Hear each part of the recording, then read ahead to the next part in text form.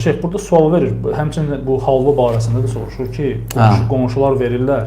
Yəni ümumiyyətlə necə edir bunu deyir.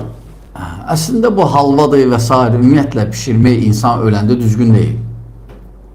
Bu sadəcə adətdir. Dinlə, yenə deyirəm, heç bir əlaqəsi yoxdur belə şeylərin. Bu İslam deyil. Ya bu adətdir. İndi bilməm, nəsə çıxardılar, nəsə fokus. Məsələn, halva pişirəndə nəsə olur belə, Allah bilir. Amma hər halda gətirib versələr, sən deyirən ki, əgər bunu ehsan eləyirsənsə, ehsan miskinlər üçündür. Mən miskin deyiləm.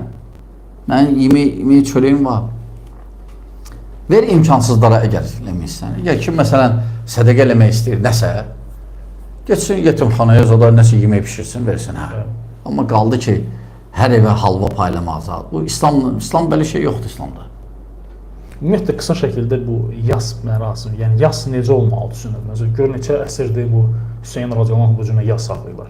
Yəni, ümumiyyətlə, belə bir şey var. Ümumiyyətlə, nə qədər olmalıdır? Ümumiyyətlə, nə ki Hüseyin, insan öləndə müsəlman. Onun 4 şey vacibdir. Yumaq, kəfənləmək, cənazəsini qılmaq, aparıb bastırmaq və səlam.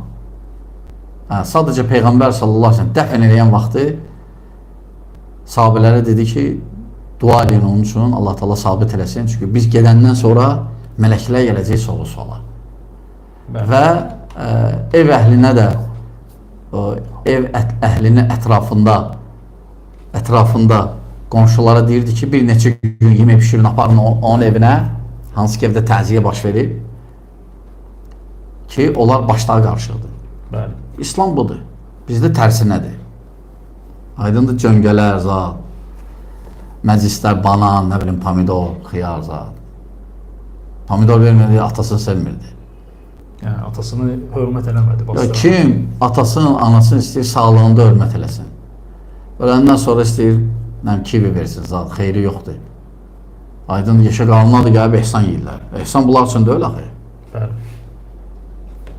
Bəli. Bu İslam deyil, vəssalam. İslamla heç bir əlaqəsi yoxdur.